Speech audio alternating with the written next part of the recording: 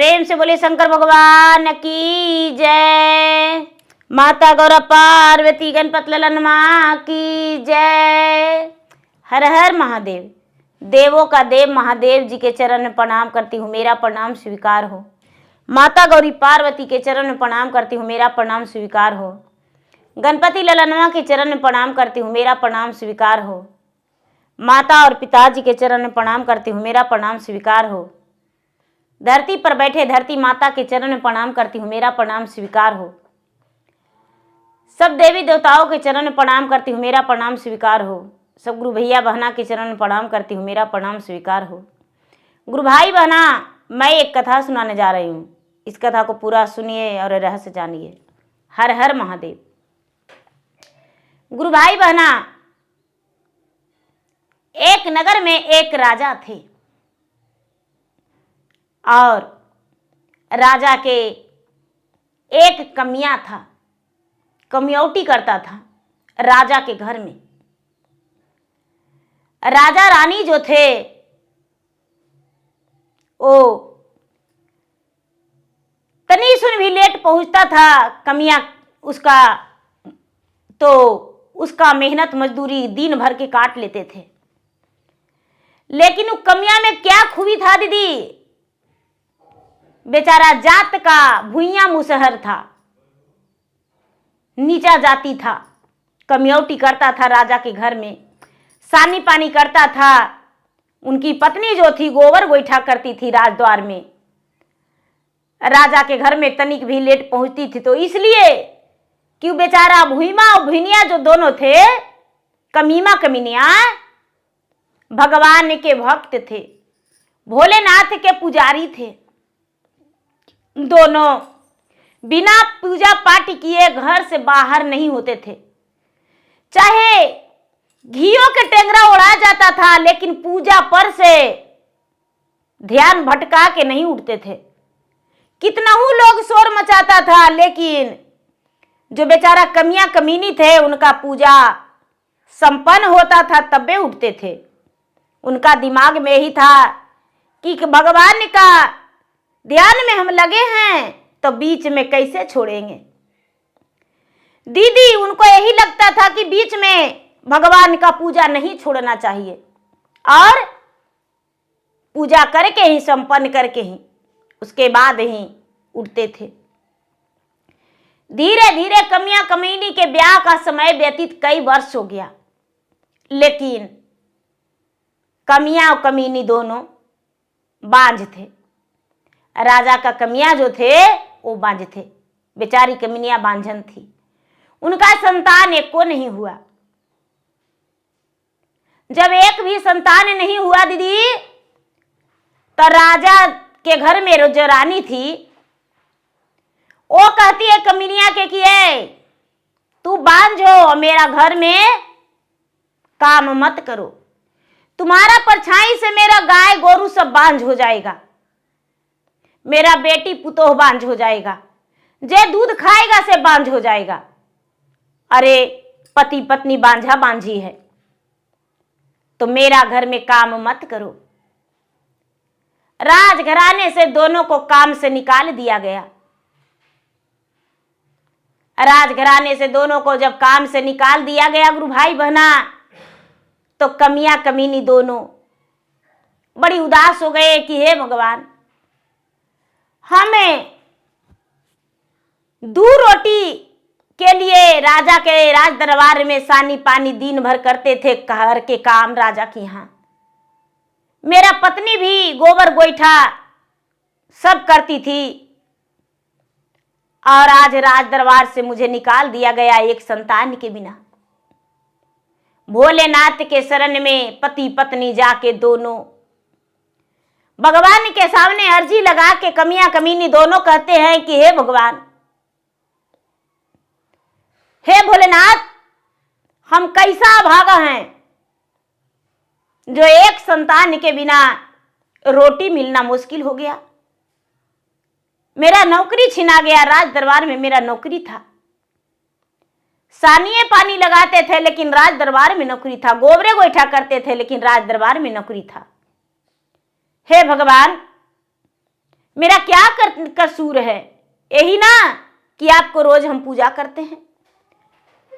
यही ना मेरा कसूर है कि आपके मंदिर हम रोज आते हैं। तो क्या नीचा जाति का पूजा पाठ नहीं करना चाहिए? दोनों अर्जू लगा रहे हैं, भगवान के सुना रहे हैं। शंकर भगवान और पार्वती दोनों कैलाश पर्वत से देख रहे थे। पार्वती कहते हैं शंकर भगवान के कि हे भोलेनाथ, हे महाराज, हे प्रभु स्वामीनाथ, तनिक भी आपको दया नहीं लगता है? देखिए तो आपका भक्त कैसे चिल्ला रहा है, कैसे रो रहा है, और आपको तनिक भी उसके लिए दया नहीं है। शंकर भगवान कहते हैं कि हे देवी, उसका भाग में कोई संतानें नहीं है, उसको हम क्या देंगे? किसके भाग का दे देंगे? पार्वती कहते हैं कि नहीं महाराज, आप उसको एगो संतान दे दीजिए, आपको संतान देना पड़ेगा उसको। शंकर भगवान कहते हैं कि उसका संतानें नहीं लिखा हुआ है, तो कैसे देंगे संतान? पार्वती, औरत की जात जो है जिद्दी होती है, औरत की जात जिद्दी होती है। बोली कि महाराज आप ही चल जाइए, वो कमीनिया के ओद्र से जन्म ले लीजिए लड़का बन के। शंकर भगवान गुस्सा में गुरु भैया पार्वती के कह दिए कि तो जब इतना दया लगता है भक्त पर, मेरा भक्त पे, तो आप ही चल जाइए, उसका ओद्र से जन्म ले लीजिए बेटी बन के। अब पार्वती के आ गया गुस्सा कि लगता है कि मुझसे भोलेनाथ का जरूरत नहीं है। पार्वती कहते हैं कि तो ठीक है, उसका ओद्र से हम जन्म लेंगे, लेकिन सोच लीजिए जब तक आप हमको खोजिएगा नहीं एक मानव रूपी में, तब तक हम कैलाश पर्वत पे नहीं आवेंगे। शंकर भगवान कहते हैं कि तो ठीक है, जब यही बात है तो आपको हम ढूंढ निकालेंगे। जब आप मानव रूपी में जा रहे हैं, मनुष्य तन में, कोई शक्ति का प्रयोग नहीं करेंगे, तो हम भी वही बिना शक्ति के प्रयोग किए हुए आपको ढूंढ निकालेंगे और आपको कैलाश पर्वत हम अवश्य लेकर आएंगे। कहते हैं कि तो ठीक है। पार्वती जो है दीदी क्या किए कि बेचारी भुनिया जो थी मुसहरनिया, उसका गर्भ में धारण ले लिए, गर्भ में धारण ले लिए। बेचारी कमीनिया अपना पति से कहती है कि ये जी लगता है कि मेरा पेट में कुछ कुलबुलाता है, मेरा पेट में हलचल होता है।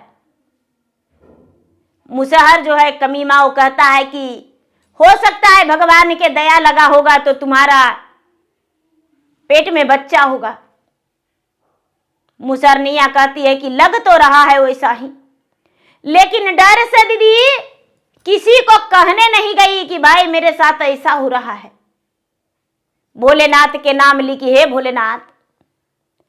सब लोग हमको ताना देते हैं कि ज्यादा पूजा पाठ करती है वही से बांझ है, लेकिन कोई बात नहीं, हम पूजा पाठ करने को लिए नहीं छोड़ेंगे। भला पूजा करने से कोई अंधा हो सकता है? जैसी हम पूजा करते हैं आपको तो हम बांझ हो जाएंगे?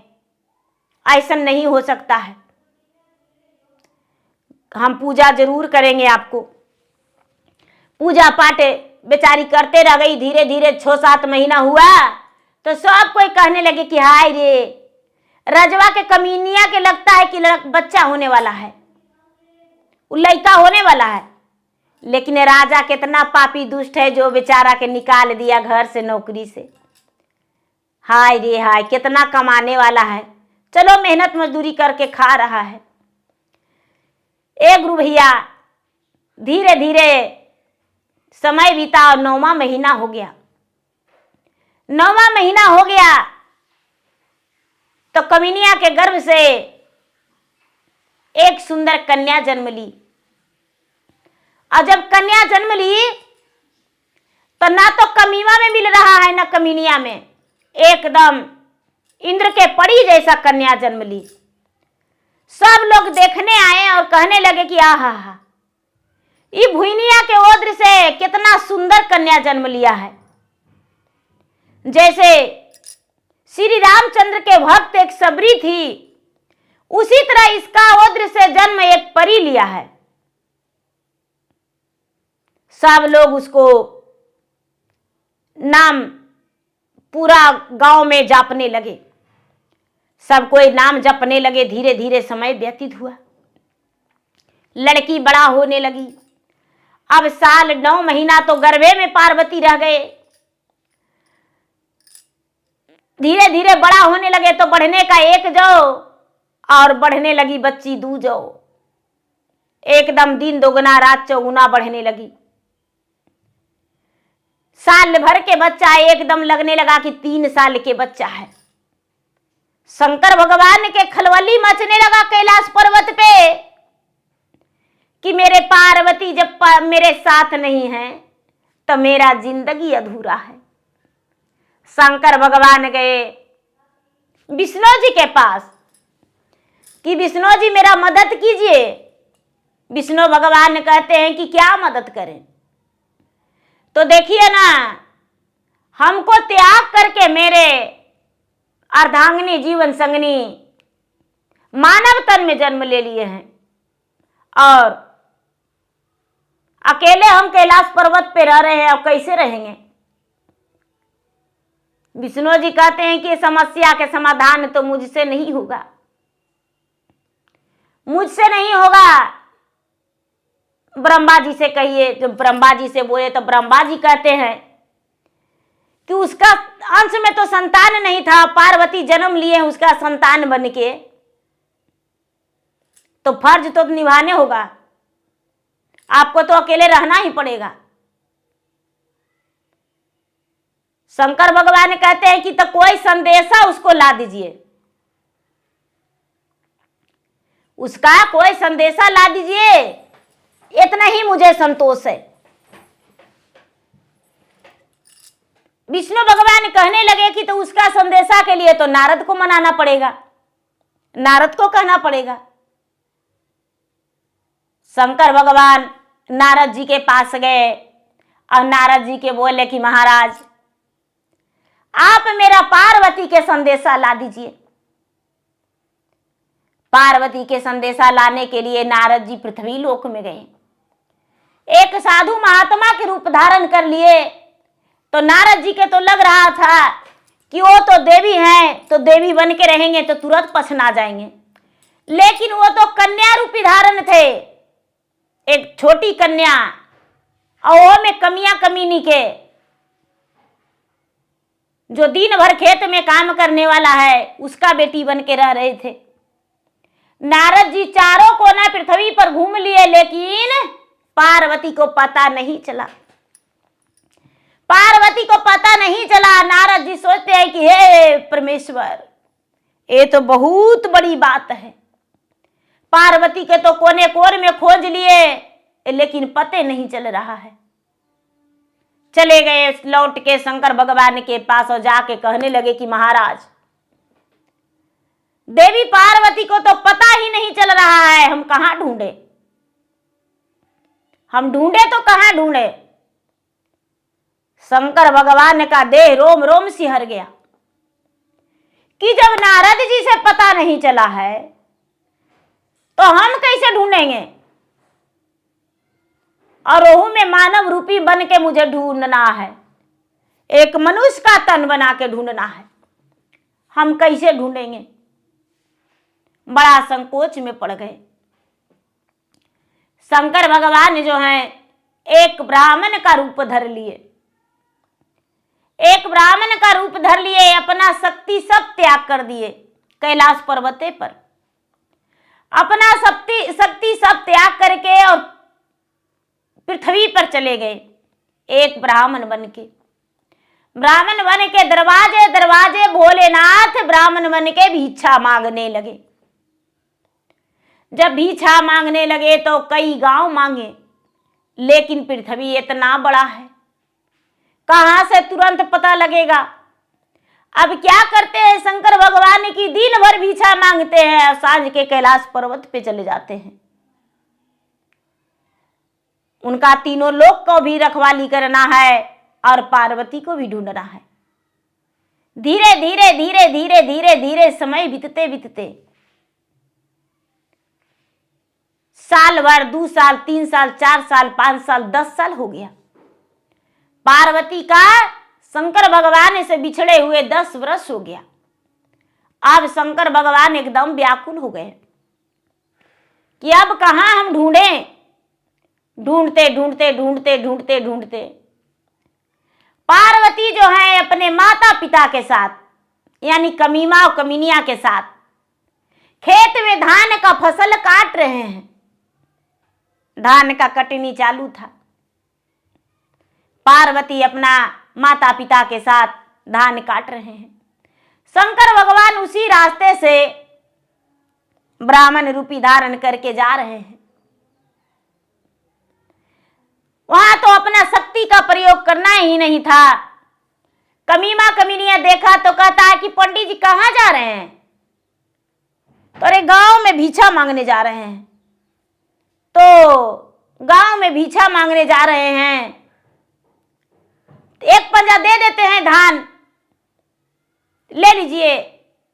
और मेरा एक बेटी है, इसका देखिए तो ब्याह कहां लिखता है, ब्याह कहां लिखता है, इसको ब्याह कर देंगे। 10 साल के है पंडित जी, लेकिन लगती है 20 साल के। इसको शादी करना बहुत जरूरी है। शंकर भगवान जो है एक ब्राह्मण रूप धारण कर ले थे। पोथी पत्रा हाथ में लिए थे, कमंडल हाथ में लिए थे, चूटा कमंडल, हाथ में लाठी। बैठ गए कमीमा कमीनिया के पास और उसका पतरा में देखने लगे। जब पतरा में देखने लगे तो देखते हैं कि इसका जोड़ी तो कोई बरे नहीं बना है। इसका जोड़ी कोई बर नहीं बना है। पंडित जी सोचते हैं तो शंकर भगवान थे, भले वो अपना शक्ति को त्याग किए थे दिन भर के लिए। पंडित जी सोचते हैं कि आहा, हम पार्वती को तो चारों नगर ढूंढ लिए, लेकिन पार्वती तो मेरा यही है।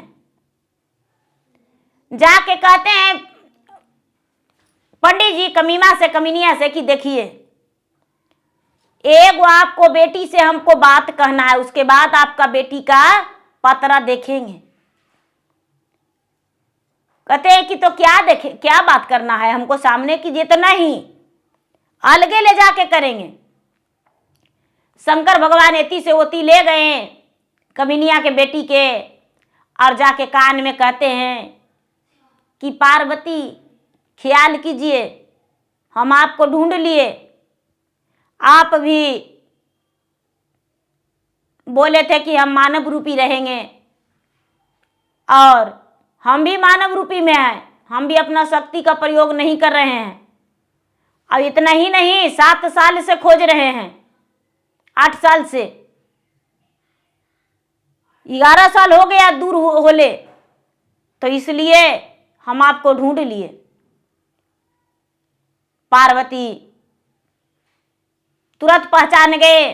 कहते हैं कि महाराज, हम भी आपको समझ गए कि आप सच्चे मेरे पति हैं और मुझ पे ही हैं।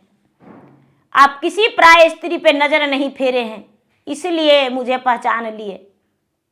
हम आपके साथ चलने के लिए तैयार हैं, लेकिन कैसे? हम आपके साथ कैसे चलेंगे? फिर तो ये कमीमा कमीनिया के बेटी बिना शून्य हो जाएगा, संतान बिना। एगो हम इसका उद्र से जन्मे लिए हैं। तो अब देखिए, सब कोई कहता है कि मेरा काम कर दो, मेरा काम कर दो, इसका काम मिल जाता है, बांझ कोई नहीं कहता है। और यदि इसका बेटी इसके नजर के सामने मर जाएगा तो दोनों प्राणे दे देगा। शंकर भगवान कहते हैं कि तब अब क्या किया जाए? ठीक है, क्या किया जाए? देखिए, पार्वती जो थे तो कमीनिया एक गाय रख ली थी। अब गैया थी बूढ़ी, गैया बूढ़ी थी। तो पार्वती जो थे कन्या रूपी धारण करके कमीनिया के पास, तो गैया के रोज एक रोटी खिलाते थे, एक रोटी रोज खिलाते थे। घास भूसा ला के रोज पार्वती देते थे। तो उस दिन शंकर भगवान से बोल दिए कि ठीक है महाराज, कल हम निर्णय लेंगे, आप जाइए। शंकर भगवान तो क्या भिक्षा मांगेंगे, वो तो पार्वती के खोजिए रहे थे। तो दीदी पार्वती के खोज ढूंढ के जब पार्वती मिल गए तो वहां से कैलाश पर्वत पे चले गए।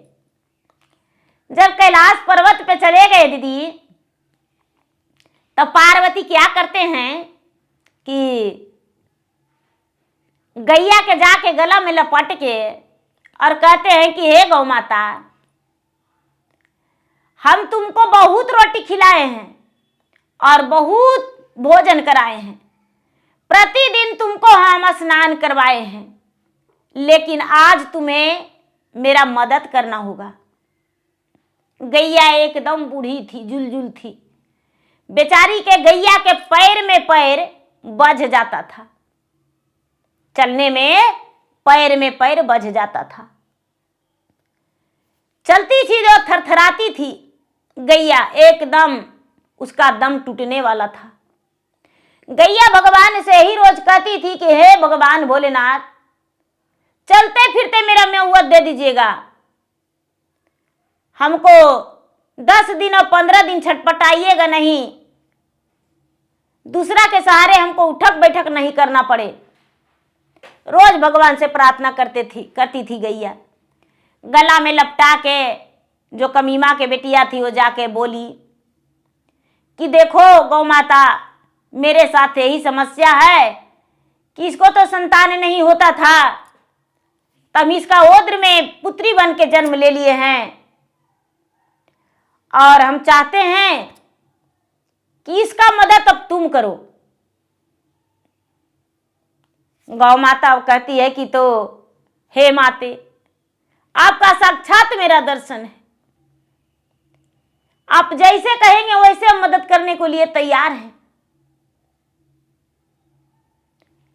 हम वैसे मदद करने के लिए तैयार हैं। तो कहते हैं कि तो ठीक है, कल जब सुबह प्रातः काल 5 बजेगा और जखनी मेरे माता पिता जागेंगे और मुझे जगाने जाएंगे, तो हम जाग के माता पिता के आज्ञाकारी कुछ आज्ञा को मान के और उसके बाद खड़ी होवेंगे तो हम गिर जाएंगे, हमको चक्कर लग जाएगा, हम गिर जाएंगे, यानी हम इस शरीर को त्याग कर देंगे और तुम अपना दम तोड़ के इसको में प्रवेश कर जाना। गैया बोली कि ठीक है माते, हम यही करेंगे, हम आपका मदद अवश्य करेंगे। पार्वती जो है, रात्रि का समय बीता, सुबेरा 5 बजा और जब 5 बजा तो कमीमा कमीनिया दोनों जागल थे, बेटी को जगाए, बेटी उठो हम पूजा करने जा रहे हैं, नहा के उठो बेटी हम पूजा करने जा रहे हैं। गैया बेचारी बैठी हुई थी, आस देख रही थी, बूढ़ी तो है ही थी। जो कमीमा के बेटी थी वो उठी और उठ के और बोली कि हाँ माँ, हम भी नहाएंगे। नहाने के लिए पार्वती जा रहे थे, यानी कमीमा के बेटी, और चक्कर खा के गिर गई, चक्कर खा के गिर गई। कमीमा कमीनिया चिल्लाने लगी कि अरे बाप रे, मेरा बेटी का क्या हो गया, बोल नहीं रही है, बोलती बंद हो गया, सांसों बंद हो गया। पार्वती का उसमें से निकल गया प्राण, खाली सब रह गया, यानी मट्टी रह गया। उसी में गौ माता का दम टूट गया। उसी समय गौ माता का दम टूट गया और गौ माता का जो आत्मा था वो कमीमा के बेटी में समा गया, प्रवेश कर गया। पार्वती है जो शंकर भगवान के पास पहुंच गए और शंकर भगवान के कहने लगे कि हे महाराज प्रभु, गाय का तो दम टूट गया है, उसका आत्मा को उसमें प्रवेश कर दीजिए, और नहीं तो कमीमा और कमीनिया रो रो के अपना जान दे देगी। शंकर भगवान मदद कर दिए। गाय माता तुरंते मनुष्य तन में प्रवेश कर गए उनका आत्मा, और आत्मा तो अमर होता है, आत्मा तो मरवे नहीं करता है। ये बोलता अमर होता है, बोलता तो मरवे नहीं करता है। अरे छूट तो जाता है ये शरीर, चाहे किसी जीव का शरीर हो, छूटता तो है ये शरीर, मिट्टी का शरीर छूटता है, आत्मा तो अमर है। गाय माता भी धनो धन भगवान का धन्यवाद किए कि हे माते, मैं आपका लाखों लाख बार धन्यवाद करती हूँ और मुझे मानव तन मिल गया। मैं इससे ज्यादा क्या आपका आभारी बन के कहूँ, इससे ज्यादा मैं क्या मांगू आपसे जो कि मुझे मानव तन मिल गया। ऐसा कह के और गाय माता लड़की बन के बैठ गए। माँ क्या हुआ, क्यों रो रही हो, क्यों रो रही हो, क्यों रो रही हो? बेचारी कमीमा कमीनिया दोनों चुप हो गए। बेटी को अलार दुलार तेल पानी सब करने लगे कि अरे बाप रे, मेरा बेटी की क्या हो गया था, मेरा बेटी की क्या हो गया था। इतने ही में कोई कह रहे हैं कि ए कमीनिया, आपका गैया जो है खुड़ी पटक रही थी और उसके बाद मुड़ी पटक दी। बेचारी कमीमा, बेचारा कमीमा और कमीनिया दोनों गाय के पास गए।